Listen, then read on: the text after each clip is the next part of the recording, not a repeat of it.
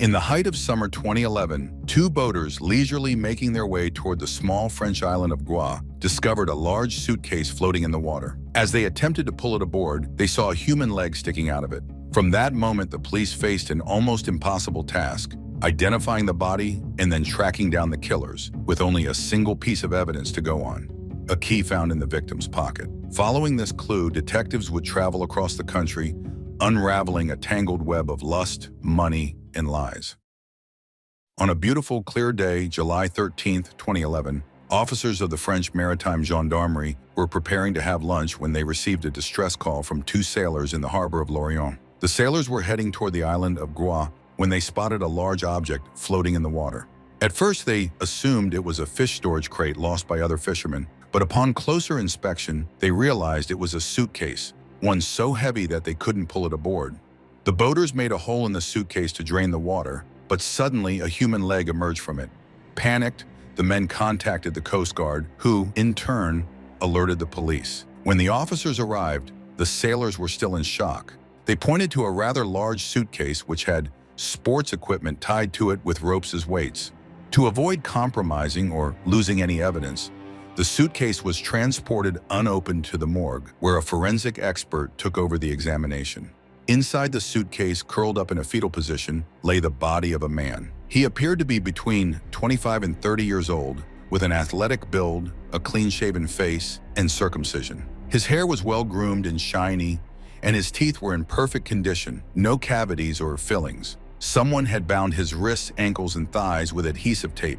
However, the most shocking detail was the adhesive tape mask covering his head. His face was entirely concealed beneath thick layers of tape wrapped from his forehead to his chin. Aside from an abrasion on his neck and defensive wounds on his hands, the body bore almost no injuries. There were no gunshot wounds, no stab wounds, nothing of the sort. Given the extent of decomposition, determining the exact cause of death was difficult, but the forensic expert concluded that the man had died from asphyxiation due to the adhesive tape mask covering his face. The examination also led the forensic expert to believe that multiple perpetrators were involved. The victim was dressed in a black jacket, a red tank top with a torn collar, and jeans with a Dolce & Gabbana belt. He had no shoes or socks. There was no passport, bank card, or phone on him, but in his pocket, they found a set of keys, including one from the company Vachette, a premium brand in the world of locks. Apart from the body itself, the suitcase contained nothing else. When the adhesive mask was removed, the man's face was unrecognizable, making it impossible to share an image of him with the press. That left only his DNA and fingerprints as potential clues. However, when checked against databases, no matches were found. Days passed, but the victim remained unidentified. No one was searching for a missing young man. Officers explored every possible lead, even the least likely ones, checking for deserters and undocumented migrants. They questioned local sailors to determine if any crew members were missing. Since the region was known for smuggling activities, police considered the possibility that the young man might have been involved in organized crime or had fallen victim to human trafficking. Meanwhile, experts analyzed the sand and marine organisms found on the suitcase. Comparing the sand with samples taken from local beaches confirmed that the suitcase had been discarded in Lorient, the very place it was later discovered. This meant the body had not drifted from a distant location, but had been dumped there directly. As for the marine life analysis, two tiny sand fleas found on the suitcase helped investigators more accurately determine the victim's time of death. The suitcase had been in the water for at least 3 weeks, possibly a month. This indicated that the crime had taken place in mid to late June. These analyses provided valuable insights for the investigation. Yet the police still had no name to attach to the deceased. Naturally, persistence in the case came at a financial cost, and detectives knew they would soon have to halt their search. After all, how could they find the killer without even knowing the victim's identity? To ensure they were heading in the right direction, the investigating judge invited other forensic pathologists to examine the body. One professor confidently stated that, although the man appeared very young, his internal organs suggested he was older than he seemed, between 45 and 55 years old. Desperate for answers, the police, after 8 months, turned to their last resort for identifying the victim through his appearance. They decided to undertake the long and complex process of facial reconstruction. Specialists recreated the man's face based on what remained of his head and the structure of his skull. The resulting image suggested that the deceased could have been Turkish or Kurdish, ethnic communities commonly found in Western France. Armed with this composite sketch, officers began visiting cafes, kebab shops, restaurants, sports facilities, and landlords renting out rooms, hoping someone would recognize him. It was all in vain. Their only remaining hope lay with the press. In March 2012, the investigating judge allowed the composite sketch to be released to journalists. In addition, the press was given photos of the victim's personal belongings, a colorful Dolce & Gabbana belt, and an unusual key. Investigators hoped someone would recognize them and, in turn, identify their owner. The rest of the items, including the suitcase, were too common, sold in millions across different countries, making it impossible to track the buyer. The Italian company that had manufactured the ropes used to tie up the suitcase agreed to provide a list of retailers they had supplied. However, there were 466 of them, making the lead too broad to pursue effectively. The only real hope lay with the key from the Vachette company. Their locks were known for being highly secure, expensive, and therefore relatively rare. Investigators discovered that the lock and key had been manufactured in November 2009, with only 399 units sold. The manufacturer did not have a customer list, but was able to provide a list of locksmiths who had ordered this particular lock model. The officers of the Maritime Gendarmerie embarked on a nationwide tour of France, tracking down and interviewing locksmiths. Vachette locks had been installed in various regions across the country. Sometimes they managed to locate just one such lock per week. Progress was slow, but persistence paid off. After 16 months of searching, on November 21, 2012, investigators visited a locksmith in a Paris suburb. He was the 144th locksmith on their list. The investigator introduced himself as usual and explained that they had been trying to identify the body in the suitcase for over a year and a half. The locksmith exclaimed, "What an interesting coincidence." A few weeks earlier, he had replaced a lock in an apartment previously occupied by a man in his 50s, who had been missing for a year and a half, and that lock was a Vachette model. The locksmith told the officers that they were incredibly lucky because he had not yet thrown away the old lock. He searched for it, took the investigator's key, and it fit. It was an incredible moment of relief and satisfaction for the detectives. Their long search had finally come to an end. It was astonishing how fate had intervened. Had they arrived a month earlier, the lock would not have been changed yet, and the locksmith wouldn't have been able to help. If they had arrived a month later, the lock would likely have been discarded and the lead lost forever. In the apartment where the locksmith had replaced the lock lived 56-year-old Farid Uzzan. The inspection of the apartment didn't take long. A reinforced sturdy door led to a tiny studio on the 4th floor. However, the furniture inside did not match the high price of the Vachette lock, which could cost up to 2,500 euros. The apartment was barely furnished, and the belongings were inexpensive. The overall impression was strange. The place was clearly in use, yet there were no personal items. No photographs, no letters, nothing that revealed anything about the occupant. The police spoke with the building's concierge, who provided some intriguing details. First, she knew Farid under the name Mikkel. In her opinion, he didn't work, as she often saw him at the cafe on the corner, leisurely sipping coffee and eating croissants. She also found it odd that he had installed such a reinforced door with a high-security lock. As for visitors, the concierge recalled a beautiful young woman frequently visiting the 4th-floor studio. According to her, the woman dressed rather immodestly, and she had a distinctive tattoo of a wave positioned very low on her back. When asked why the apartment owner had waited a year and a half after the tenant's disappearance to change the lock, the concierge explained that rent payments had continued arriving for all 18 months. No one suspected that the tenant was missing. He had always notified them whenever he traveled. However, after the landlord was unable to reach him for several months, his phone was constantly turned off. They decided to break the door open. The concierge had made one mistake.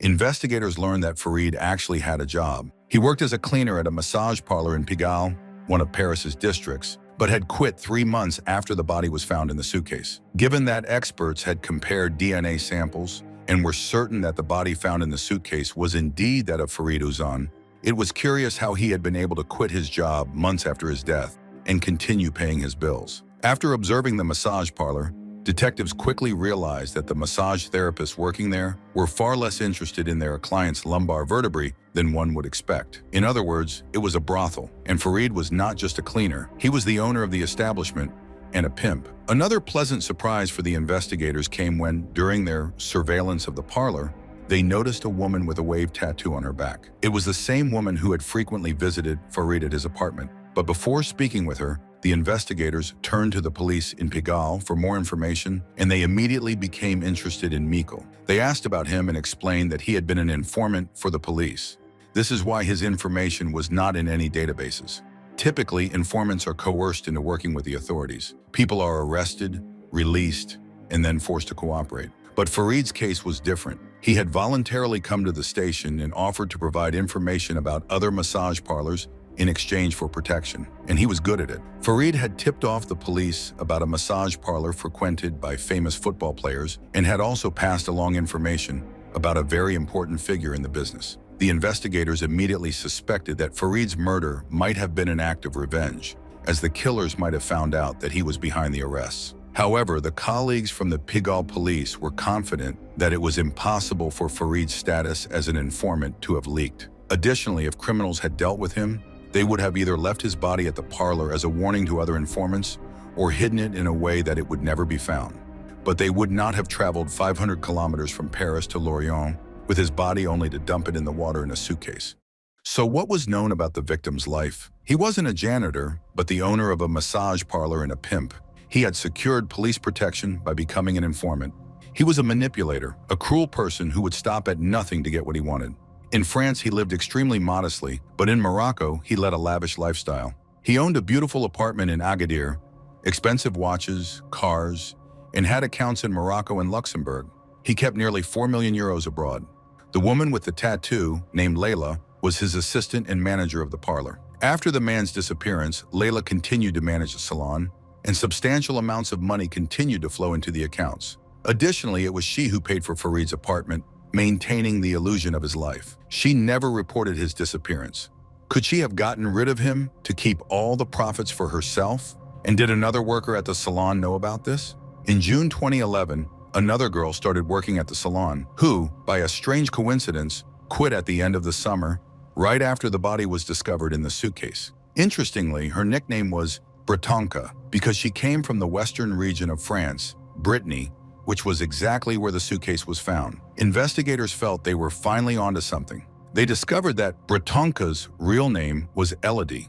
After quitting the salon, she had been working as a waitress in a bar. The investigating judge set up surveillance on Layla and Elodie. They were followed for 6 months, during which the detectives formed an impression that Layla was a very pleasant woman with many friends and close relationships with her sisters. On the other hand, Elodie had completely changed her lifestyle and never spoke of her past. She frequently called her father, and from their conversations, the police learned that she was planning to apply to the police academy. Layla had grown up in the suburbs of Paris. Her father was from Morocco, and she was raised in a large Muslim family. She was quite headstrong, bold, and outspoken, but never had serious issues with the police. She dreamed of leaving her small town at any cost, and at the age of 18, she moved to Paris.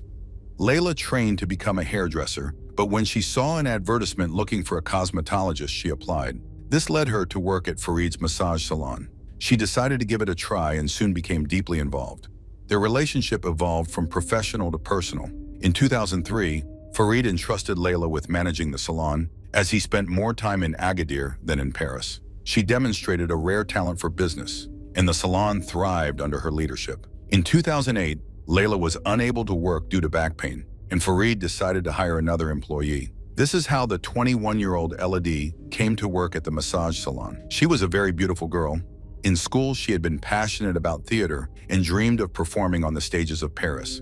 However, after moving to the city and working several low-paying jobs, she realized how expensive it was to rent in the capital. The final blow came from a brief, passionate relationship with a famous musician, followed by their breakup. Elodie was unemployed and accumulating debt when she came across the advertisement for the massage salon.